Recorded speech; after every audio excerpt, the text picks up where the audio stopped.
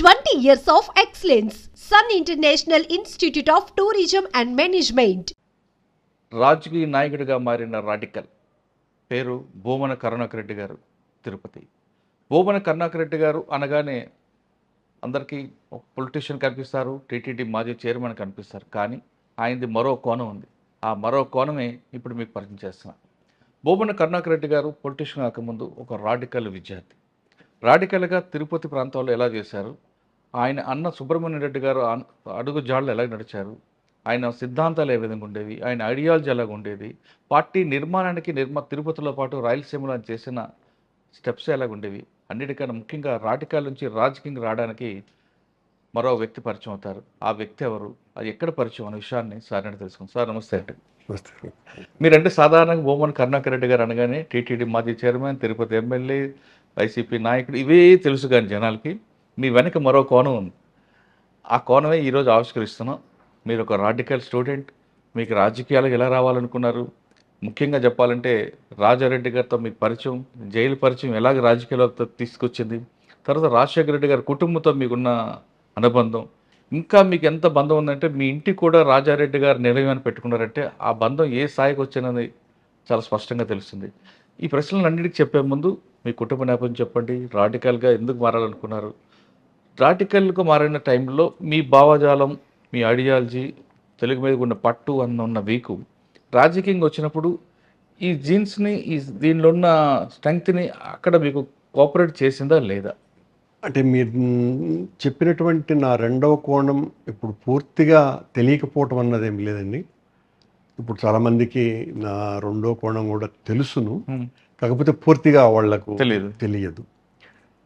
నా గతం, మా తండ్రి ఒక రైల్వే ఉద్యోగి, మా అమ్మ సామాన్య గృహిణి, మేము 5 మంది అన్నదమ్ములము, ఒక సిస్టరు. అందరూ చక్కగా చదువుకున్న వాళ్ళు, మంచి ఉద్యోగాలు చేసినటువంటి వాళ్ళు, రిటైర్డ్ ప్రొఫెసర్లు గాను, లెక్చరర్స్ గాను, ప్రిన్సిపాల్స్ గాను. నేను తప్ప మీరందరూ కూడా మా ఇంట్లో అకాడమిక్గా బాగా చదువుకున్నటువంటి వాళ్ళు.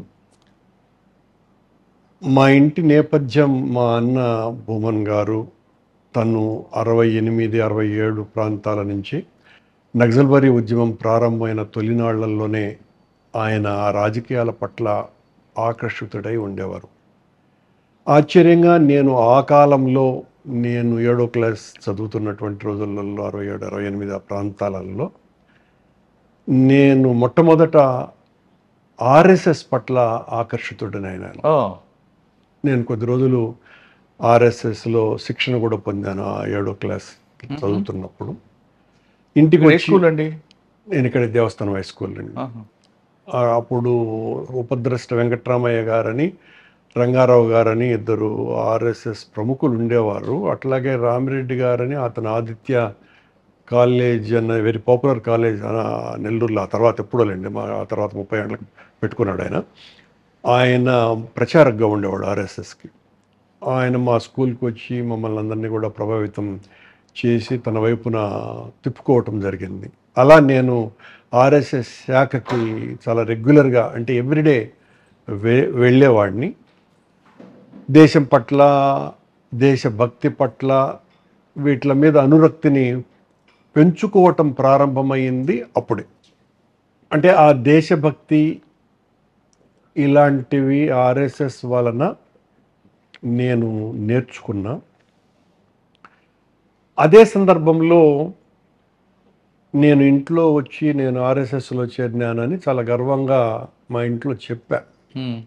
అప్పటికే మా అన్న విప్లవ రాజకీయాలలో చాలా యాక్టివ్గా ఉండేవాడు కాబట్టి, మనం అట్లాంటి వాటిల్లో ఉండకూడదు, మనది వేరే, మన దేశము, మన ఆలోచనలు చాలా వేరుగా ఉంటాయి, నువ్వు పోమాక, తప్పు చేస్తావు నువ్వు అని మందలించినాడు. బహుశా ఆయనకు ఈ సంగతి జరిగి కూడా 55 ఏళ్ళు పైన అయింది. ఆయన గుర్తు కూడా ఉంటుందో ఉండదో.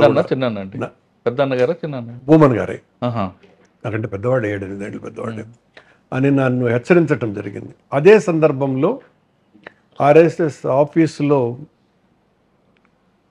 ముస్లింల మీద ఎందుకో చర్చ జరిగింది. నేను అది గొప్పగా చెప్పుకోవటము కాదు, ఏం కాదు కానివ్వండి, ఆ చిన్న వయసులోనే నాకు ఆ సామాజిక స్పృహ ఎందుకు వచ్చిందో కూడా తెలియదు. బహుశా నేను ముస్లింలు నా స్నేహితులు ఎక్కువ మంది ఉండటము, నేను ముస్లిం ఏరియాలోనే మా ఇల్లు ఉండటము కారణమేమో. ఆ ముస్లింల మీద చెడుగా మాట్లాడుతూ ఉంటే నేను దాన్ని తీవ్రంగా వ్యతిరేకించాను.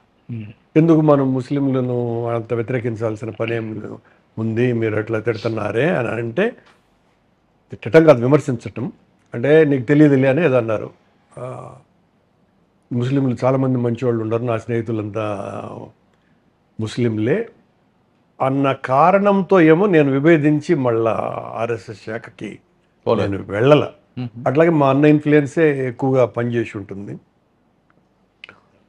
అది 72 ఆ ప్రాంతాన, ఆ తర్వాత 1 ఇయర్ ఏం జరిగింది నాకు గుర్తులేదు కానీ 72 ఆ ప్రాంతాన తిరుపతిలో మా అన్న భూమన్ను సిహెచ్ శివారెడ్డి గారని, ఆయన ఇప్పుడు కూడా ఉన్నారు, ఉద్యమాల్లో చాలా గట్టిగా పనిచేసినటువంటి వ్యక్తి, ప్రముఖ లాయర్ కూడా తను. ఆయన, సాకం నాగరాజు గారని, శైలు కుమార్ అని నా స్నేహితుడు, ఇప్పటికీ కూడా నాతో కలిసి నడుస్తున్నటువంటి నా స్నేహితుడు, వీళ్ళంతా కూడా తిరుపతిలో ఎస్వి గెస్ట్ హౌస్ దగ్గర సమావేశమై, దీనికి అందరికంటే మించి మాకు భూమన్ గారికి కూడాను ఒక మాటలో, వాళ్ళు లెక్చరర్గా ఉన్నప్పటికీ కూడా ఇద్దరు, మాకందరికి కూడా గురువు గారు త్రిపురనేని మధుసూదన్ రావు గారు, అందరూ కలిసి అక్కడ రాడికల్ స్టూడెంట్స్ యూనియన్ అన్నదాన్ని స్థాపించినారు. ఆ గెస్ట్ హౌస్ ఆవరణలో, మైదానంలో, లాన్లో. నేను అందులో పార్టిసిపెంట్ను కాదు కానీ నేను అక్కడే ఉన్నా. ఆ తర్వాత వెంటనే నేను రాడికల్ స్టూడెంట్స్ ఉద్యమంలోకి భాగస్వామి అవ్వటం, నన్ను ఒకవైపున మా అన్న, రెండో వైపున ఆ శివారెడ్డి గారు, ఆయన అంటే నాకు వ్యక్తిగతంగా కూడా చాలా ఇష్టము, వీళ్ళిద్దరూ నడిపించినారు. 73లో చిత్తూరు కుట్ర కేసు అనేది ఒకటి ఏర్పాటు చేయటము, కేసు రావటము, 74లో మా భూమన్ సిహెచ్ శివారెడ్డి గారు, త్రిపురనేని మధుసూదన్ రావు గారు, ఇలా వీళ్ళందరూ అరెస్టులు కావటము. అప్పుడు నా నేతృత్వంలో ఆ అరెస్టులకు వ్యతిరేకంగా, ఆ చిన్న వయసులో నేను ఇంటర్మీడియట్ చదువుతున్నా, తిరుపతిలో చాలా పెద్ద ఉద్యమాలు మేము నిర్మించడం జరిగింది. నేను, నా స్నేహితుడు శైలు కుమార్, అలాగే శ్రీధర్ అని మరో స్నేహితుడు ఉండేవారు నాకు. సార్ ఒకసారి చిత్తూరు కుట్ర కేసు గురించి చెప్పండి. అంటే చిత్తూరు కుట్ర కేసు అప్పటికి నేను చాలా చిన్నవాడిని కదండి, 72-73 సమాచారం. అంటే ఈ ప్రభుత్వాన్ని కూలగొట్టడానికి కొద్దిమంది కుట్ర పన్నుతున్నారని, వీళ్ళందరూ రాజ్యాంగాన్ని ధిక్కరిస్తున్నారు, రాజ్యాంగం పనికిరాదు, భారత రాజ్యాంగము. నేను ఆ తర్వాత ఆ ఎఫ్ఐఆర్ రిపోర్ట్స్ అవన్నీ కూడా చదివిన గుర్తుంది నాకు. ఎఫ్ఐఆర్ రిపోర్టర్ కదా, ఆ తర్వాత కేసు మొత్తం అంతా కూడాను. అందువలన అట్లాగే అందులో 1-2 మర్డర్ కేసులు కూడా ఉన్నాయి. ఎవరు వేణుగోపాల్ రెడ్డిని ఒక భూస్వామిని చంపినట్టుగా, మరొక భూస్వామిని ఎవరో చంపినట్టుగా, వీళ్ళకంతా కూడా వీళ్ళ నేతృత్వంలో ఈ కుట్రలు జరిగినాయి అని మధుసూదన్ రావు గారు, ఆ కేసులో కొండపల్లి సీతారామయ్య గారు కూడా ఉన్నారు, శివారెడ్డి గారు, వీళ్ళందరినీ కూడా అరెస్ట్ చేయటం. అందులో ముఖ్యంగా చంద్రన్ అనే ఆయన, ఒక ఆయన, సురేందర్ రెడ్డి గారు అని, వీళ్ళిద్దరూ అప్పటికే అండర్ గ్రౌండ్లో వర్క్ చేస్తూ ఉండేవారు. వీళ్ళందరూ కూడా ఇన్వాల్వ్డ్ అని వీళ్ళందరినీ కూడా అరెస్ట్ చేసి జైలుకు పంపించినారు. దానికి వ్యతిరేకంగా మేము తిరుపతిలో చాలా పెద్ద చైతన్యవంతమైన ప్రజా ఉద్యమాన్ని నిర్మించినాం. ఆ రోజులలో తిరుపతి గోడలన్నీ కూడా నేను రాసినటువంటి రాతలతోనే నిండినాయి. చాలా గొప్ప కూడా చెప్పుకోగలను నేను. ఎర్రమట్టితో నీళ్ళలో కలుపుకొని విప్లవం వర్ధిల్లాలి, స్వార్థం శిరస్సు గండ్రగొడ్డలితో నరికగలిగిన వాడే నేటి హీరో అని సత్యమూర్తి గారి ఒక నినాదం అది. అలాంటివెన్నో, ఇలా సాయుధ పోరాటం వర్ధిల్లాలి, దీర్ఘకాలిక సాయుధ రైతాంగ పోరాటం వర్ధిల్లాలి, ఇలాంటివన్నీ కూడా తిరుపతి గోడలన్నీ కూడా రాయటము. అప్పటికి ఇంకా పోలీసు వాళ్ళ అలర్ట్నెస్ కూడా తక్కువ తిరుపతిలో. దాంతోనే పెరిగింది ఒక మాటలో చెప్పాలంటే. తిరుపతిలో చాలా పెద్ద ఎత్తున అలజడి ఏదో రగులుతోంది అని. అంత పూర్వం సికింద్రాబాద్ కుట్ర కేసులో మధుసూదన్ రావు గారిని అరెస్ట్ చేశారు. మధుసూదన్ రావు గారు అరెస్ట్ చేసినప్పుడు మధుసూదన్ రావు గారు ఫ్యామిలీకి నేనే తోడుగా వాళ్ళ ఇంట్లో వాళ్ళ మిస్సెస్ పిల్లలకి తోడుగా పడుకుని ఉండేవాడిని.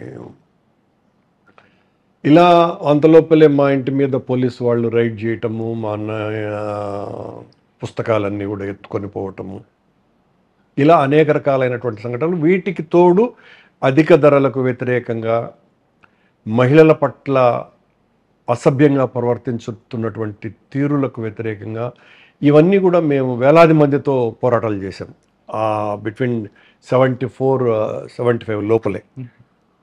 74లో అక్టోబర్ నెలలో మా రాడికల్ ఉద్యమాలు ఇంత గొప్పగా జరుగుతున్నటువంటి పరిస్థితులలోనే కొండపల్లి సీతారామయ్య గారు అప్పటికే ఈ రాడికల్ స్టూడెంట్స్ తిరుపతిలో పెట్టినటువంటి విషయము ఆయన అనుమతి తీసుకొనే పెట్టడం జరిగిందని మా వాళ్ళు శివారెడ్డి వెళ్ళి చెప్పినటువంటి మాట. అక్టోబర్లో పీడిఎస్యు నుంచి చీలి radical state radical students union అన్నది ప్రారంభించినారు. అప్పటికి నేను తిరుపతిలో చాలా పెద్ద గొడవలే చేస్తున్నా, ఉద్యమాలు చేస్తున్నా. మా దగ్గర నుంచి శైలకుమార్ అనే ఆయన ఒకరు ఆ పర్టికులర్ మీటింగ్కి వెళ్ళటము, అక్కడ అనౌన్స్ చేయటం జరిగింది.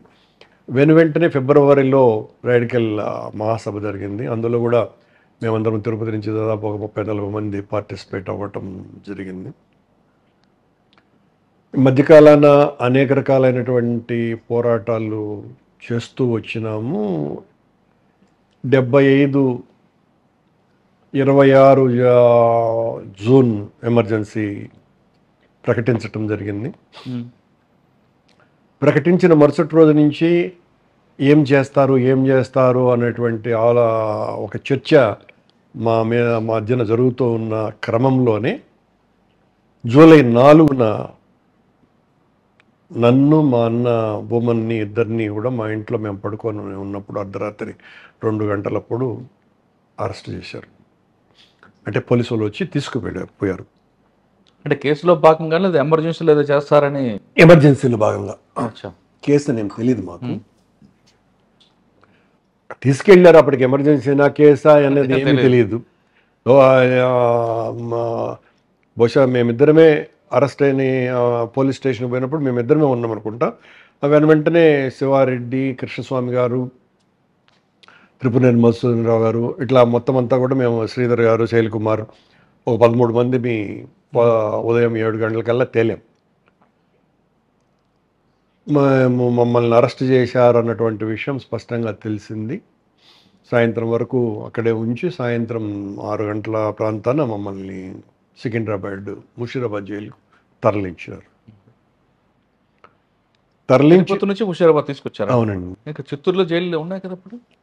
తెలియదు. మమ్మల్ని తీసుకెళ్ళింది అప్పటికి చిత్తూరు. అంటే maintenance of internal security act కింద అరెస్ట్ చేసినటువంటి వాళ్ళనందరినీ కూడా, రాయలసీమ వాసులందరినీ కూడా ముషీరాబాద్కే తరలించినారు. మీరు ముషీరాబాద్ జైలు వెళ్ళేసరికి అప్పటికి ఎవరెవరు పరిచయారండి? ముషీరాబాద్ జైల్లోకి మేము మొదటి బ్యాచ్ అండి, నిజం చెప్పాలంటే.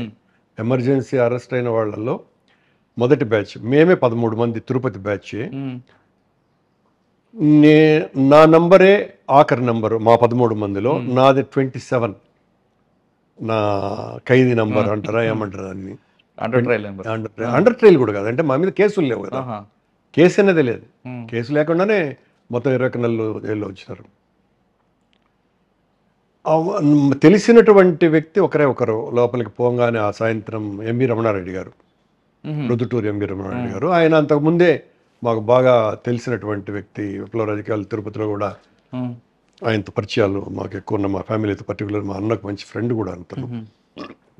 మిగతా వాళ్ళందరూ కూడా బియ్యం స్మగ్లర్లు ఉన్నారు జైల్లో. వాళ్ళను కూడా ఈ మెయింటెనెన్స్ ఆఫ్ ఇంటర్నల్ సెక్యూరిటీ కింద అరెస్ట్ చేసినారు. వాళ్ళ వలన 10-12 నంబర్లు పోయినాయి. వాళ్ళు ఉన్నారు. తొలి రోజు పోగానే అక్కడ భోజనాలు చాలా ఇబ్బందికరమైన పరిస్థితి. ఆ తర్వాత పెరుగుతూ వచ్చినారు. మేము లోపల చాలా గొడవలు చేయటం మూలంగా మాకు చక్కటి భోజన సదుపాయాలు ఇవన్నీ కూడా జరుగుతూ వచ్చినాయి. సార్ అప్పట్లో జైలు ఎలాగుంటుందండి ముషీరాబాద్ జైలు?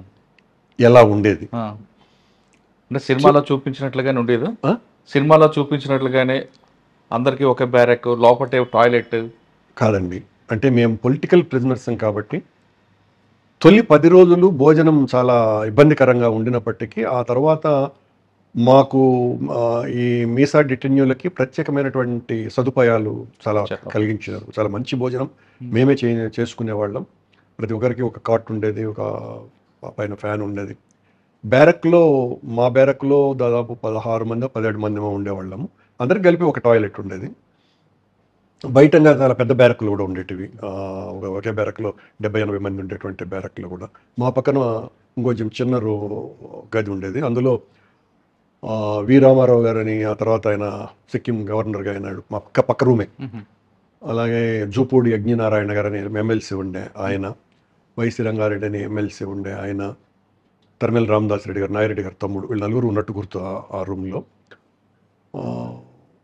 సూర్యప్రకాష్ రెడ్డి గారు అని అనంతపురం నుంచి, was also very popular RSS and Jan Sangh leader, ఆయన కూడా ఉండేవారు. ఇక గౌతుల్ లచ్చన్న గారు, వెంకయ్యనాయుడు గారు, వీళ్ళు వైజాగ్ నుంచి వస్తూ ఉండేవాడు వెంకయ్యనాయుడు గారు అప్పుడప్పుడు. వరవర్రావు గారు, శర్మన్ రాజు గారు, జ్వాలాముఖి గారు, సత్యమూర్తి గారు, కేజీ సత్యమూర్తి, సత్యనారాయణ రెడ్డి గారని, ఆ తర్వాత అతను యూపీ గవర్నర్ అయినారు. అంటే అన్ని రకాలైనటువంటి వాళ్ళు, ఒక నక్సల్ రాజకీయాలకు సంబంధించినటువంటి వాళ్ళే కాకుండా అన్ని రకాల రాజకీయ పార్టీల వాళ్ళు ఉండరు. ఉదాహరణకు వంగవీటి రంగా ఉండేవాడు, నెహ్రూ ఉండేవాడు, దేవినేని నెహ్రూ. అంటే వీళ్ళందరూ లేటుగా వచ్చినారు, తొందరగా వెళ్ళిపోయారు. అట్లాగే పింగళి దశరథం అతను నాకు మంచి స్నేహితుడు కూడా. అప్పుడు ఎన్కౌంటర్ ఎడిటర్ ఉండే కదా పింగళి దశరథం అని. శుంకర్ సత్యనారాయణ, ఎల్లమంచలి శివాజీ, కొల్లా వెంకయ్య గారు పార్లమెంట్ మెంబర్గా ఉండేవారు, నక్సల్ లీడర్. ఇలా వీళ్ళందరిలోకి అదనంగా వైఎస్ రాజారెడ్డి గారు, ఆయన నేను అరెస్ట్ అయిన ఒక 3 నెలల తర్వాత ఇప్పుడు అరెస్ట్ అయినట్టుగా ఉన్నది. అక్కడే నాకు ఆయనతో పరిచయం. ఆయన చెస్ చాలా బాగా ఆడేవారు, అలాగే వాలీబాల్ బాగా ఆడేవాడు. నాకు చెస్ మీద కాస్త ఇంట్రెస్ట్ ఉండి అలా పరిచయం అయినాడు నాకు జైల్లో. రాజారెడ్డి గారు ఆయన పెద్ద కుమారుడు జార్జి రెడ్డి, వీళ్ళిద్దరూ ఉండేవారు. నా పట్ల ఆయన ఒక తెలియని ప్రేమ కనపరిచేవాడు. అంటే జనరల్గా మేము అప్పటికి బాగా నక్సల్ ఏమంటారు ఆ ఇన్ఫ్లుయెన్స్లో, ఆ తమకంలో ఉన్న పరిస్థితుల్లో ఉండేవాళ్ళంగా కాబట్టి మిగతా వాళ్ళతో కొద్దిగా తక్కువ మానవ సంబంధాలు ఉండేటివి. ఈయనతో కొంచెం ఎందుకో నాకు అప్పుడే ఎక్కువ అయినాయి. అలాగే ఈవినింగ్స్ వాలీబాల్ ఆడేవాడు, చాలా బాగా ఆడేవాడు. అప్పటికి ఆయన వయసు 50 సంవత్సరాలు. చాలా బాగా ఆడేవాడు. అట్లా మా ఇద్దరికి పరిచయం ఏర్పడింది. జైల్లో ఎవ్రీడే చదువుకోవటం, కేవీ రమణారెడ్డి గారు ఇలాంటి వాళ్ళందరూ కూడా వెరీ గుడ్ లిటరెంట్స్ అందరూ కూడా ఉండేవాళ్ళు కాబట్టి వాళ్ళ ప్రభావం నా మీద చాలా ఎక్కువ. ఆ కారణంగా నేను జైలుని ఒక పెద్ద కళాశాల కంటే కూడా ఎక్కువగా నాకు ఉపయోగపడ్డది. రోజు 10-12 గంటలు చదువుకునేటువంటి అవకాశం, అదృష్టము లభించింది. ఈ పెద్దవాళ్ళందరూ కూడా పొలిటికల్ క్లాసెస్ తీసుకునేవాళ్ళు. వాళ్ళందరూ కూడా సమకాలీన రాజకీయాలు, గతం, హిస్టరీ, ఫిలాసఫీ వీటిలన్నింటి మీద కూడా పాఠాలు చెప్పేవాళ్ళు.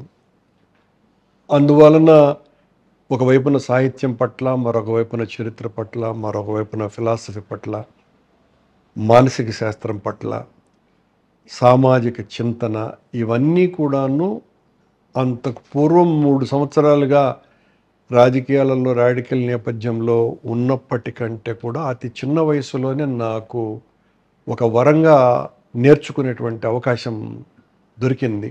నేను ఆ సమయాన్ని దుర్వినియోగం చేసుకోకుండా పూర్తిగా సద్వినియోగం చేసుకునే పరిస్థితి కూడా నేను తెచ్చుకున్నాను. జీవితానికి మార్చింది ముషీరాబాద్, అనుమానమే అక్కర్లేదు. నన్ను చదువర్ని చేసింది, నన్ను చింతనాపన్నుడిని చేసింది. నేను ఒక చక్కగా ఎక్స్ప్రెసివ్గా ఉండేటట్టు చేయగలిగింది. చెత్త విషయాలను గురించి ఆలోచించకపోవటము, చెత్త మాటలు మాట్లాడకపోవటము రెండూ నేర్పించింది. ఒక క్రమశిక్షణ మీకు తీసుకొచ్చింది. 100%. ఆ జైల్లోనే అప్పుడే రాజారెడ్డి గారితో మీకు పరిచయం. అవునండి. అది ఎంతకాలం కొనసాగిందండి? ఇప్పటికీ కొనసాగుతూనే ఉన్నది ఆ కుటుంబంతో నాకు రాజారెడ్డి కానీ గారు. ఎంతో మంది ఉంటుండగా ఆయనతోనే మీకు అంత బంధం ఎలాగొచ్చిందండి? మీ ఇంటికి కూడా ఆయన పేరు పెట్టే అంటే నాకు అప్పటికి రాజారెడ్డి గారితో మా ఇద్దరికి వేవ్ లెంగ్త్ కుదిరింది జైల్లో ఉన్నప్పుడు. కానీ నాకు అప్పటికే మధుసూదన్ రావు గారు గురువు గారు, వరవర్రావు గారన్నా, కేవీ రమణారెడ్డి గారన్నా, విప్లవ రాజకీయాలకు సంబంధించిన ఎవ్వరి పట్లనైనా నాకు అపరిమితమైనటువంటి గౌరవం ఉంది. ఇప్పటికి కూడా ఉంది. నాకు అనుమానం ఎక్కర్లేదు. ఎందువల్లంటే నన్ను తీర్చిదిద్దినటువంటి వాళ్ళ ద్వారానే నేను అనేక విషయాలు నేర్చుకోగలిగిన. ఈరోజు కూడా పుస్తక పఠనం చేయగలుగుతున్నాను అంటే ఇంకా నేర్చుకోవాలనేటువంటి ఒక నిత్య విద్యార్థిగా ఉన్నాను అంటే ఆనాటి ఆ పెద్దల యొక్క ప్రోత్సాహమే కారణం. సార్ బయటకు వచ్చారు జైలు నుంచి. వచ్చిన తర్వాత రాజకీయాల వైపు వెళ్ళారా? తిరిగి మరొకసారి మన రాడికల్ జైలు నుంచి వచ్చిన తర్వాత కూడా నేను రాడికల్ ఉద్యమంలో కొద్ది కాలం పనిచేశానండి. వెంటనే వెళ్ళిపోలేదు నేను. ఆ మధ్య టైంలో ఏం జరిగిందిరా అంటే జైలు నుంచి బయటికి వచ్చిన తర్వాత కొద్ది రోజుల స్తబ్దత. కానీ నేను చాలా యాక్టివ్ అప్పుడు కూడాను. అప్పుడు కొండపల్లి సీతారామయ్య గారు అరెస్ట్ అయినారు 77లో నాగపూర్లో. ఆయన ఓపెన్ రాజకీయాలని ఏదో మాట్లాడినట్టు ఉన్నది ఆ సమయంలో. నేను మధుసూదన్ రావు గారిని రెగ్యులర్గా ఎవ్రీడే ఉంటాయి నేను కలిసేది, శివారెడ్డి గారిని, మధుసూదన్ రావు గారిని. ఆ కలవటం ఎంత ఉండదంటే వాళ్ళకి చిరాకు కలిగించేంతగా. నాకేమో చాలా తొందర రాజకీయాలు స్పీడ్గా చేసేయాలని. సరే వాళ్ళని విమర్శించడం కాదు మా మధుసూదన్ రావు గారిని, కానీ అలా ఎక్కడో చిన్న తేడా వచ్చింది. 78 వరంగల్ మహాసభలప్పటికీ తిరుపతిలో నేను ఆ పాంప్లెట్లన్నీ కూడా పంచటం జరిగింది. కానీ నేను పోలేకపోయినా వరంగల్ మహాసభలకి, రాడికల్ మహాసభలకి. ఈ మధ్యలో నేను, చెరుకూరు రాజ్ కుమార్, సత్యం గారని, చెరుకూరు రాజ్ కుమార్ కూడా మీకు పరిచయం ఉన్నారా? బాగానండి. చాలా ఎక్కువ పరిచయం. అంటే బిగినింగ్ కదా స్టేజెస్లో వీళ్ళందరూ నా సమకాలికులే. నేను ఈ ప్రాంతంలో చూసేవాడిని, అతను వైజాగ్లో ఎక్కడో పనిచేస్తాడు. మేమందరం ఏఓబి కదా వాళ్ళు. ఆ తర్వాత అండర్ గ్రౌండ్కి వెళ్ళలేదు అప్పటికి, అందరూ స్టూడెంట్సే. ఇది 77 కథ చెప్తాను. 77లో సత్యం అని నరసింహరావు గారని అతని ఒరిజినల్ నేము. అతను అండర్ గ్రౌండ్ రాజకీయాలు ఎక్కువ చూసేవాడు రాడికల్ స్టూడెంట్స్ యూనియన్కి సంబంధించి. సత్యము, నేను, రాజ్ కుమారు, ఇంకెవరున్నారో వీళ్ళు ముగ్గురు గుర్తున్నారు. కానీ మేము ముగ్గురమే ఇంకా ఒక 10 మంది ఎక్కడో రహస్యంగా చార్మినార్ దగ్గర సమావేశమయ్యి భవిష్యత్తులో ఏం చేయాలి రాడికల్ ఉద్యమాన్ని గురించి. ఇది 77 మేబీ అరౌండ్ మే ఆ ప్రాంతాన్ని అయి ఉండొచ్చునేమో, గుర్తు రావట్లేదు. అలా 1-2 సమావేశాలు కూడా జరిపినాం. సరే ఆ తర్వాత మధుసూదన్ రావు గారితో వచ్చినటువంటి చిన్న కాన్ఫ్లిక్ట్స్ వలన నేను అంటే ఏం చేయాలనేది, అంటే పార్టీ నుంచి ఒక లైన్ లేదు, నిస్తబ్దత నాకు నచ్చకపోవటము, ఆ కారణంగా మొత్తానికి ఏదో అలా తేడా వలన బయటికి రావటం, బయటికి వచ్చినానని కూడా చెప్పలేను, కొద్దిగా సైలెన్స్ అవ్వాల్సిన పరిస్థితి వచ్చింది. ఈ మధ్యలో రాజారెడ్డి గారు జైలు నుంచి బయటికి వచ్చిన తర్వాత ఇక్కడ అమాస గోపాల్ రెడ్డి గారు అని ఒక ఆయన ఉన్నారు. ఆయనకు చాలా సన్నిహితుడు. ఆయన్ను కలవటానికి ఆయన తిరుపతికి చాలా రెగ్యులర్గా వచ్చేవాడు. ఓకే. ఆ వచ్చే నేపథ్యంలో దారిలో నేను కనపడ్డా ఒక రోజున. ఆయన చూసి జీపు ఆపినాడు. అప్పటికి నేను ఇంకా ఫుల్ రాడికల్ దీంట్లో ఉన్నాను. ఆపి చాలా ప్రేమగా నాతో మాట్లాడడం జరిగింది. ఆయన ఇక్కడ చిన్న కదులుతుంది కదా, ఏందిరా ఆయన ఇట్లా మాట్లాడినాడు అని. నువ్వురా కోడూరుకి అని చెప్పడం కూడా జరిగింది. ఆయన కోడూరులో వాళ్ళ మైన్స్ ఉంటాయి. మళ్ళీ ఒక 5-6 నెలల తర్వాత కూడా అలాగే తగిలినాడు ఆయన. ఏమనాలనో దాన్ని తగిలి ఆ రోజు కూడా చాలాసేపు మాట్లాడినాడు రోడ్లోనే. మళ్ళీ 1-2 సార్లు నేను కోడూరుకు వెళ్ళాను. మధ్యలో ఒకసారి పులివెందులకు కూడా వెళ్ళటం జరిగింది. చాలా గొప్పగా నాతో ఒక పుత్రోత్సాహంతో మాట్లాడినట్టే ప్రతిసారి మాట్లాడినాడు ఆయన. 80-82 ఆ ప్రాంతానికి వచ్చే లోపల నేను అప్పటికి కూడా విప్లవ రాజకీయాలు రాడికల్ స్టూడెంట్స్ యూనియన్తో సంబంధాలు తెగినా కూడా ఆ విప్లవ రాజకీయాల్లో కొనసాగాలన్నటువంటి కోరిక బలంగా ఉండేది. అలా నేను ఏదో ఒక పత్రిక నడిపి విప్లవ భావజాలాన్ని వ్యాప్తి చేయడానికి నేను కూడా కృషి చేయాలా అనేదో ఆ రకమైన ఆవేశపూరితమైనటువంటి ఆలోచనలు ఉన్నప్పుడు మా అన్న, మా పెద్దన్న, నువ్వు దానికి డబ్బు కావాలి కదా పేపర్ పెట్టడానికి, నేనేదో చాటింపు అనే పేపర్ పేరు కూడా నేను అనుకొని ఉండేవాడిని. అన్యాయాల మీద చాటింపు అని ఆయనే నాకు ఒక 25,000 డబ్బులు ఇచ్చి, నా స్నేహితుడు ఒక అతను కాంట్రాక్టర్గా ఉన్నాడు, నువ్వు కొద్ది రోజులు దీన్ని చేసి డబ్బులు సంపాదించుకొని ఒక 3 లక్షలు ఎంతనే చెప్పినట్టు గుర్తు. నేను 3 లక్షలు 4 లక్షలు అయిపోతే పేపర్ ప్రెస్ వచ్చేస్తుంది, ఆ ప్రెస్ నడుపుకొని మనం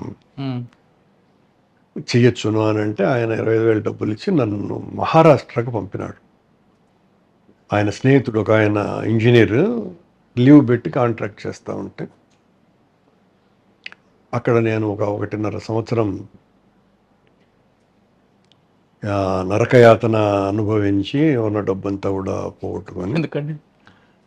అదొక పెద్ద కథ, చాలాసేపు పడుతుంది అది. ఎక్కడ? మహారాష్ట్రలో బీడ్ డిస్ట్రిక్ట్లో జాతేగావ్ అనేటువంటి విలేజ్, గవరాయ్ తాలూకా. అక్కడ బీడ్ అనేది కంప్లీట్గా అది డ్రై ఏరియా కదా? చాలా డ్రై ఏరియా. కానీ నేను నరకయాతన అంటే నేనేదో ఇదేనని కాదు, చాలా అద్భుతమైనటువంటి అనుభవం అది. అక్కడ నేర్చుకున్నాను. అంత కష్టంలో కూడాను ప్రతిసారి విద్యార్థిగా ఉండాలా అన్న నా కోరిక నన్ను ఎప్పుడు కూడా రాటు తెలుస్తూ వచ్చింది. ప్రతి కష్టం నుంచి మీరు ఒక లెసన్ తీసుకుంటున్నారు. లెసన్ అద్భుతంగా నేర్చుకుంటూ వచ్చింది. అక్కడ కష్టపడటం ఇంకెంతగా కష్టపడాలా అన్నది నాకు ఆ మహారాష్ట్ర అనుభవం నేర్పించింది. ఆ తర్వాత వెంకటగిరిలో వచ్చానండి, ఒక వర్క్ చేశాను. అక్కడ నష్టపోయిన తర్వాత నా స్నేహితులు వాళ్ళు కూడా రాడికల్ ఉద్యమంలో పనిచేసినటువంటి వాళ్ళు they belongs from Pulivendula, Ramireddy గారు, లక్ష్మిరెడ్డి గారు అనే వాళ్ళిద్దరూ మేము కలిసి ఇక్కడ వెంకటగిరిలో ఒక వర్క్ వేశాం. అప్పుడే ఎన్టీ రామారావు గారు ప్రభుత్వం వచ్చిన తొలినాళ్లలో తెలుగుగా ప్రారంభించినప్పుడు అప్పులు చేసి చాలా అందులో పెట్టుబడి పెట్టాను. అది మొదటి రోజు నుంచే చాలా ఇబ్బందులకు గురి చేసింది. ఆ వర్క్ చాలా ఇబ్బందులు పడ్డప్పుడు ఇక ఈ పని చేయలేము అని అనుకొని ఎలా బయటపడాలో దీని నుంచి, మొత్తం ఫైసల్ అయిపోయింది జీవితం అని అనుకునే పరిస్థితులలో నేను రాజారెడ్డి గారి దగ్గరికి వెళ్ళాను. నన్ను పిలుచుకుపోయింది కూడా ఆ పులివెందులకు సంబంధించినటువంటి ఒక నాకు చాలా ఇష్టమైన కస్నూర్ రవి అనే ఆయన తోడు కూడా ఉన్నాడు. అప్పుడు రాజశేఖర రెడ్డి దగ్గరికి ఉన్నాడు, రాజారెడ్డి గారి దగ్గరికి లేడు. మొదటి రాజారెడ్డి గారి దగ్గరికి నేను వెళ్ళినప్పుడు ఇట్లా ఆయన నన్ను చూడంగానే, అప్పటికి ఒక 2 సంవత్సరాలు 3 సంవత్సరాలు గ్యాప్ ఉన్నది మా మధ్యన కలవటం కూడా. అసలు అప్పటికే రాజారెడ్డి అంటే చాలా పాపులర్ అయిపోయినాడు. ఆయన రాయలసీమ అంతా కూడా ఆయన చూస్తే ఒక రకమైన ఫియర్ కాంప్లెక్స్ ఉన్న రోజులు అవి. నన్ను చూడంగానే లేచి హగ్ చేసుకొని, అంటే ఇవన్నీ కూడా ఆయన స్వభావానికి విరుద్ధమైనటువంటి పనులు. అంతగా నా పట్ల ప్రేమతోటి నన్ను లోపలికి పిలుచుకొని పోయి ఆ రోజున మధ్యాహ్నం లంచ్ అక్కడే నాతో చేయించి, ఏంటి ఏమన్నా పని ఉండదా అంటే, నేను ఇట్లా పని ఉంది పెద్దాయన, నాకు మీరేమన్నా సాయం చేయగలరా, ఇట్లా ఒక వర్క్ చేస్తే నాకు చాలా నష్టం వచ్చింది, లేబర్ పని చేయటం లేదు, డబ్బులు కూడా నేను పూర్తిగా అయిపోయాయి నాకు. యాక్సిడెంటల్లీ రాజశేఖర రెడ్డి గారు వచ్చారు అదే సమయాన్ని. రాజశేఖర్ అని పిలిచి కరుణాకర్ అని అంటే, చెప్పినావు కదా నాయన ఇంతకుముందు నీతో పాటు జైల్లో ఉన్నాడు కదా అన్నాడు ఆయన. అంటే నా గురించి వాళ్ళ కొడుకు దగ్గర ప్రస్తావన చేసి ఉన్నాడు అని. అప్పటికి ఆయన సిఎల్పి డిప్యూటీ లీడర్ అయ్యాడు. అంతకుముందు రాజశేఖర రెడ్డిని 1-2 సార్లు కలిశాను, కానీ నేను ఎవరు ఏంటి అన్నటువంటి ఉపోద్ఘాతంతో కాదు. ఇట్లా కర్ణాకు మనం వెహికల్స్ పంపాలా, మన పక్కల హెటాచీలు పంపించాను ఆయన ఇంకా జూబ్లియంట్గా చెప్పటం జరిగింది. నేను చాలా సంతోషంగా వచ్చిన. మళ్ళీ రవి గారు, కస్నూర్ రవితో మళ్ళీ ఒకసారి కలిసినప్పుడు ఏం కావాలన్నా తీసుకో కర్ణా, నువ్వు హ్యాపీగా వర్క్ చేసుకో. అలా వాళ్ళ మిషనరీ అంతా కూడా వెంకటగిరికి రావటం జరిగింది 86 ఆ ప్రాంతాన. తెలుగుగంగ ప్రాజెక్టులకి రాజశేఖర రెడ్డి గారు కనీసం అంటే ఆ వర్క్ ఆయన లాభం కోసం కాదు, నేను బాగుపడాలన్న ఉద్దేశంతో వెంకటగిరి ప్రాజెక్టు దగ్గరికి కనీసం అంటే ఒక 13 సార్లు వచ్చి ఉంటాడు. అప్పటికే ఆయన శాసనసభలో డిప్యూటీ లీడర్. రావటమే కాకుండా సైట్లో కూడా పడుకున్నాడు. సైట్లో పడుకోవటం అంటే అది ఊరికి బయట వెంకటగిరికి 13 కిలోమీటర్ల దూరం. నాకు ఆశ్చర్యం కూడా వేసేది. వచ్చి నాతో గంటల కొద్ది గడిపేవాడు. మా ఇద్దరి మధ్యన చాలా చర్చలు జరిగేవి. మా ఇల్లే చాలా మామూలు హౌస్ అది. మా ఇంట్లో దాదాపు 4 సార్లు పడుకున్నాడు. వచ్చి రాత్రులు పడుకొని పొద్దున్నే లేచి వెళ్ళిపోయేవాడు మెడ్రాస్కి. ఈ మధ్యలో రాజారెడ్డి గారు, ఇలా మా మధ్యన ఒక తెలియని బాంధవ్యం, అది ఎంత చెప్పినా కూడా తక్కువే మురళి గారు. అప్పటికి వాళ్ళు ఆర్థికంగా, రాజకీయంగా చాలా సంపద్వంతమైనటువంటి పరిస్థితుల్లో ఉన్నారు. వాళ్ళతో పోలిస్తే నేనేం కాదు. కానీ నన్ను ఇష్టపడ్డారు ఇద్దరు. ఆ ఇష్టం కూడా కేవలం నెలలకే నువ్వు నా తమ్ముడు కంటే ఎక్కువ అని, ఈయన నువ్వు నా 6వ కొడుకు అని రాజారెడ్డి గారు ఆ స్థితికి చేరుకున్నది. అంటే ఏ జన్మ బంధం అయింది అంతేనండి. దానికి మీ దగ్గర నీ ఆశించడానికి లేదు. అందుకే చెప్తున్నాను, నేను ఏమీ కాదు. వాళ్ళు ఎక్కడో ఉన్నారు అప్పటికే. అదే వాళ్ళ వలన నేను బెనిఫిట్ అవ్వాల్సింది తప్ప నా వలన వాళ్ళకు వచ్చేటువంటి ఈషన్ మాత్రపు ప్రయోజనం కూడా లేదు. అప్పటికే రాజశేఖర రెడ్డి గారు అంటే చాలా పెద్దవాళ్ళు, ఏమంటారు, ఇండస్ట్రియలిస్టులు, అట్లాంటి వాళ్ళందరితో కూడా ఆయనకు చాలా మంచి సంబంధాలు ఉన్నటువంటి మనిషి కదా. కానీ వాళ్ళెవ్వరికీ ఇవ్వనంత మర్యాద నాకే ఇస్తూ వచ్చినాడు. ఆ తర్వాత ఈ మధ్యలో నేను వాళ్లకు నష్టం వస్తూ ఉంది ఆ వర్క్ వలన. అంటే వాళ్ళ హిటాచీలు కొంచెం పాతబడిపోయి ఓసారి అట్లా బ్లేడ్ అదే కొట్టంగానే బ్లేడ్ పోవటం కాదు, దానికి వాడేటువంటి ఆయిల్ 30 లీటర్గా వెళ్ళిపోయేది ఒక దెబ్బకి. అది చాలా కాస్ట్లీ ఆయిల్. దాన్ని ఏమంటారు, ఇప్పుడు మర్చిపోయాను నేను. డీజిల్ కదండి, ఆయిల్ అండి, హైడ్రాలిక్ ఆయిల్. అది చాలా కాస్ట్లీ ఆయిల్. రోజుకు 2 బ్యారల్స్ అయిపోయేటి. 2 బ్యారల్స్ అంటే చాలా ఎక్కువ. అక్కడి నుంచి తీసే మెటీరియల్ ఏమీ ఉండదు మళ్ళీ తమాషగా. ఇట్లా ఉంటే నేను ఒక రోజు పోయి ఇట్లా నా వల్ల మీరు నష్టపోవటం ఎందుకు, మీరు తీసుకెళ్ళిపోండి అని చెప్పిన. నేను నాకు ఇష్టం లేదు మీరు తీసుకెళ్ళిపోండి అంటే, కర్ణ అంటాడు అనేవాడు అప్పటికే నన్ను ఆయన, రాజశేఖర్ కర్ణ, నాకు నష్టం వస్తే ఆ నష్టం నన్ను ఎక్కువగా నష్టపరచదు, నీకు నష్టం వస్తే నీకే కాదు సమాజానికి కూడా నష్టమయ్యా అని అన్నాడు. ఆ మాటలో అర్థం తెలుసా మీకు? అటుకే నేను రాజకీయాల్లో చాలా ఎక్కువ చదువుకున్నవాడిని కదా, అంటే కదిలించేసినటువంటి మాట. ఇతనితోనే నా జీవితం అని నిర్ణయించుకున్న క్షణం నాదది. అప్పటికీ కూడా నాలో, నేను కాంట్రాక్టర్ అవతారం ఎత్తున్నా, జీవనంలో చాలా ఇబ్బందులు పడుతూ ఉన్నా కూడా నాకు విప్లవ రాజకీయాల వైపే చాలా మొగ్గు. ఆ మాట నన్ను కదిలించటమే కాకుండా ఆ తర్వాత ఇంకొక మాట అన్నాడు ఆయన, ఇంకొక నెల 2 నెలల తర్వాత. ఇదంతా 87 లోపలే జరిగిపోయిన విషయాలన్నీ కూడాను, 86 లోపలే. కన్నా నేను ఎక్కడైనా మంచి వర్క్స్ తీసుకొని వస్తాను, ఒక 100 కోట్ల రూపాయలు నువ్వు వర్క్ చెయ్యి, నువ్వేం డబ్బులు పెట్టద్దులే, నీవు 25% తీసుకో అని అన్నాడు. 25% చాలా చాలా ఎక్కువ. డబ్బులు పెట్టినా కూడా 25% ఎవరు ఇవ్వరు. ఆయన అన్న మాట అది. అని అంటే అన్న నాకు అన్నయ్య అనేవాడిని. నేను అన్నయ్య, నేను వ్యాపారాలు, డబ్బులు సంపాదించాలా, ఇవన్నీ నాకు పెద్ద తెలియవు, నాకు ఇది కూడా లేదు.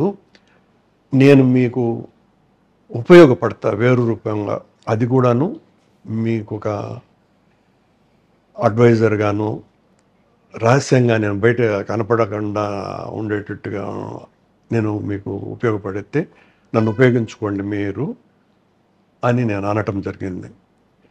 అప్పటికి నాకు రామచంద్రరావు గారు, నాకేం తెలియదు ఆయనకు స్నేహితుడు ఉన్నాడు అన్నటువంటి విషయం కూడాను. రామచంద్రరావు గారు కూడా అలాగే ఆయనకు ఉండేవారు. ఎందుకో ఆయనకు నచ్చింది ఇది. వెరీ గుడ్ కర్ణ, అట్లాగేలే అని అన్నాడు. నేను అప్పటి నుంచి రాజశేఖర రెడ్డి గారితో అట్లాగే ఫెయిల్ అవుతూ ఉండేవాడిని. రాజారెడ్డి గారితో మరింత గాఢత పెరిగింది. అంటే ఒకవైపున కొడుకుతోటి, మరోవైపున తండ్రితోటి సైమల్టేనియస్గా. అంటే ఎలా ఉంటారంటే ఎవరు కూడా నమ్మలేరు. నేను స్కూటర్లో కోడూరుకి ఒక రోజు వెళ్తే తడిచిపోయినా, రాజారెడ్డి గారు నన్ను చూసి టవల్ తెచ్చి ఆ టవల్తో నా తల తుడిచి, ఎన్ని ఇప్పుడు ఎవరైనా చెప్తే ఇంకా ఆయన లేడు కదా సాక్ష్యం, అబద్ధాలు చెప్తాడారులే అనే అంత మా ఇద్దరి బంధం. మచ్చు కదా ఒకటి. అంటే ఆయన చేసిన పనిని గుర్తు పెట్టుకోవడానికి మీ గొప్పతనం అది. ఎంత చెప్పినా తక్కువే.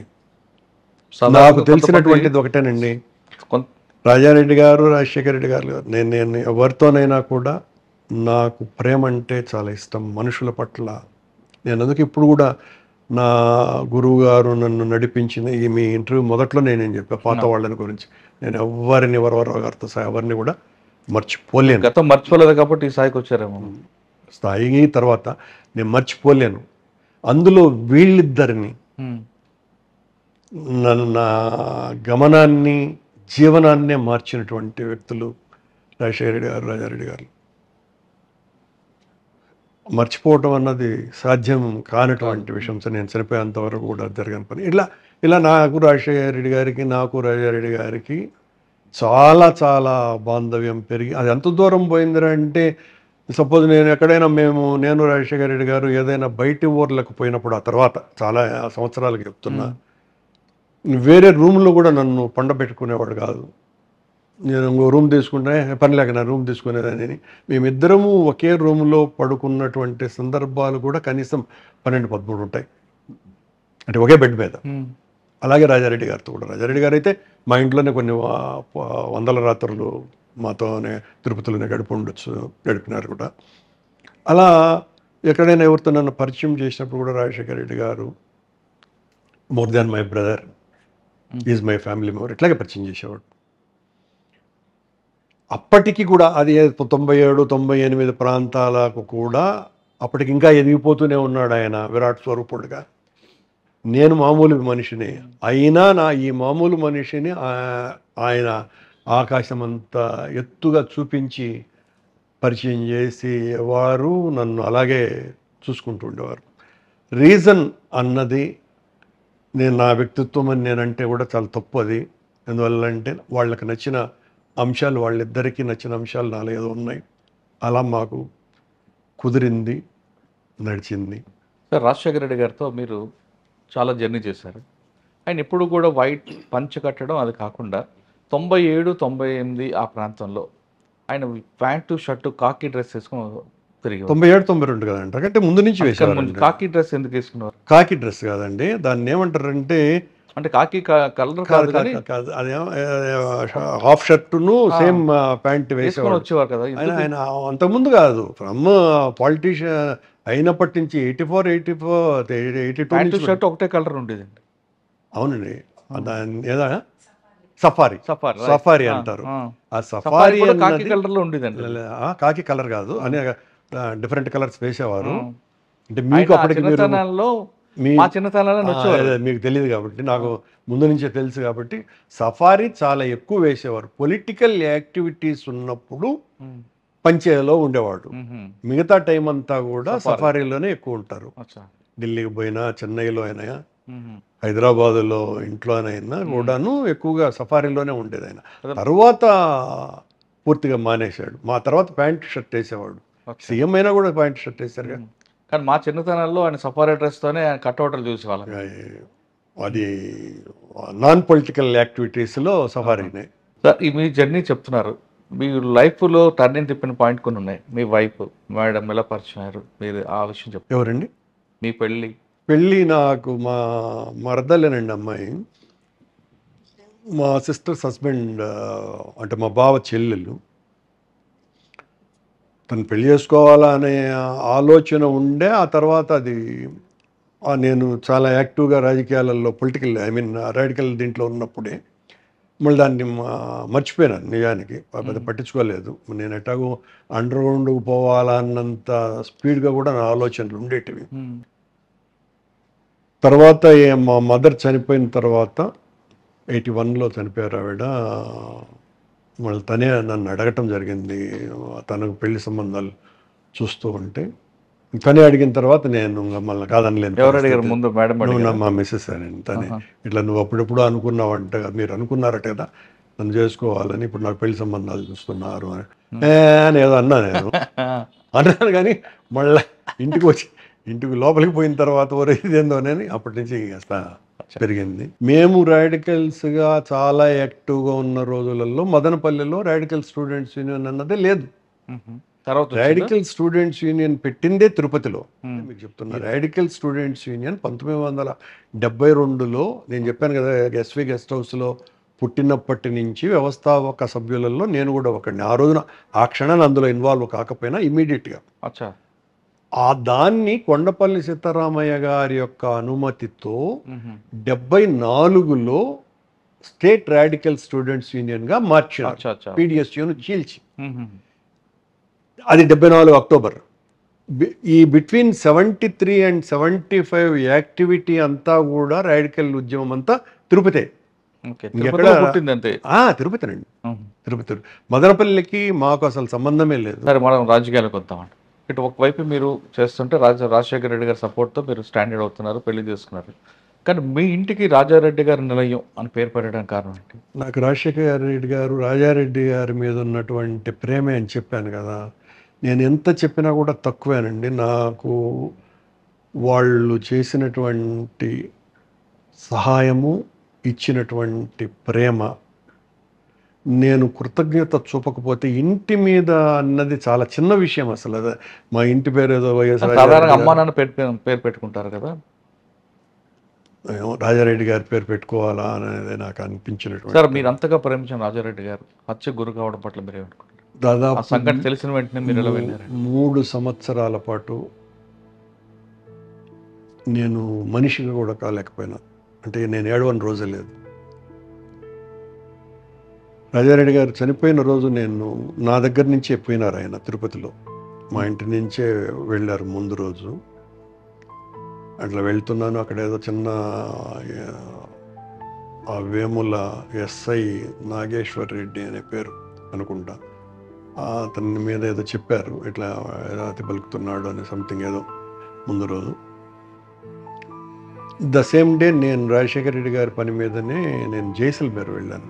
అక్కడ నేను రాజశేఖర రెడ్డి గారు 96 నుంచి ఒక చిన్న ఏదో మైనింగ్ కార్యక్రమంలో ఆయన వర్క్లో నేను ఇన్వాల్వ్ అయి ఉన్నాను. అదేదో చిన్న క్యాన్సిల్ చేసుకోవడానికి దానికి వెళ్ళటం జరిగింది. అక్కడి నుంచి 2 రోజుల తర్వాత వచ్చేటప్పుడు ఎందుకో ఇంటికి ఫోన్ చేస్తే అప్పటికే ఇట్లా నా బ్రదర్ ఇట్లా పెద్ద ఆయన చనిపోయినారన్న, చంపేశారు అని నేను జైపూర్లో ఉండగా ఫోన్ చేశా. అప్పుడు ఫోన్లో మాట్లాడాను, ల్యాండ్ ఫోన్. అక్కడి నుంచి నేరుగా వచ్చాను. అప్పటికి రమేష్ని కూడా అయిపోయింది. దారి పొడుగునే ఏడుస్తూనే వచ్చినాను. దాన్ని ఏం చెప్తాం, దాన్ని ఎంత చెప్పినా తక్కువ. అది ఒక జర్నలిస్ట్గా మీతో ఈ 27 ఏళ్ల తర్వాత పంచుకోవటాన్ని కూడా ఇష్టం లేనంత బాధ నాకు. రాజారెడ్డి గారి మరణం ఎస్టర్డేనే, నిన్ననే ఆయన వర్ధంతి కూడా జరిగింది. నేను పోయి వచ్చా. సో ఖచ్చితంగా వెళ్తాను కూడా. ఎంత చెప్పినా కూడా రాజారెడ్డి గారి ప్రేమ నేను వర్ణించలేను. అదే ఏదో రోజు అవన్నీ కూడా నేను ఖచ్చితంగా నా ఆత్మకథ రాస్తా. అందులో చాలా ఎక్కువ రాజారెడ్డి గారిని గురించి, రాజశేఖర రెడ్డి గారి నుంచే ఉంటుంది. కానీ మా ఇద్దరి మధ్యన ఇమీడియట్గా రాజశేఖర రెడ్డి గారి క్రిమేషన్ అయిపోయిన తర్వాత ఒక వారానికి మళ్ళీ ఆయన ఢిల్లీకి వెళ్ళటం జరిగింది. ఆయన ఎందుకు వెళ్ళారంటే పిసిసి కమిటీ వేయటానికి అనుకుంటా. నేను కూడా ఢిల్లీకి వెళ్ళా. అప్పుడు ఏదో మా ఇద్దరి మధ్యన చర్చ. అప్పుడు ఆయన చాలా గొప్పగా మాట్లాడారు. ఈ రివెంజ్లు ఇవన్నీ కూడా మనం చేయకూడదు కన్నా, జరిగింది జరిగిపోయింది అని చాలా చాలా జరిగిన చర్చ మా ఇద్దరి మధ్యన.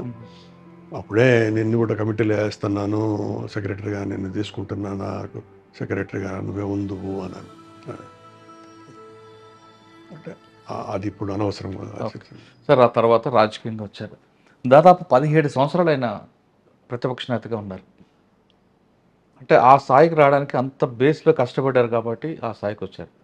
ఒక దశలో 2004 నుంచి పాదయాత్ర చేయాలి, ప్రజల కష్టాలు చూడాలి అనేది ఒక ఛాలెంజ్. పాదయాత్ర చేయడం అనేది పెద్ద ఛాలెంజ్. ఆ టాస్క్కి మీరు సహకారం ఎలాగిచ్చారు? ఆయన చేస్తున్న దానికి చాలా రిస్క్ ఉన్నది తెలిసి కూడా మీరు ఏ విధంగా మీరు అడ్డుపడి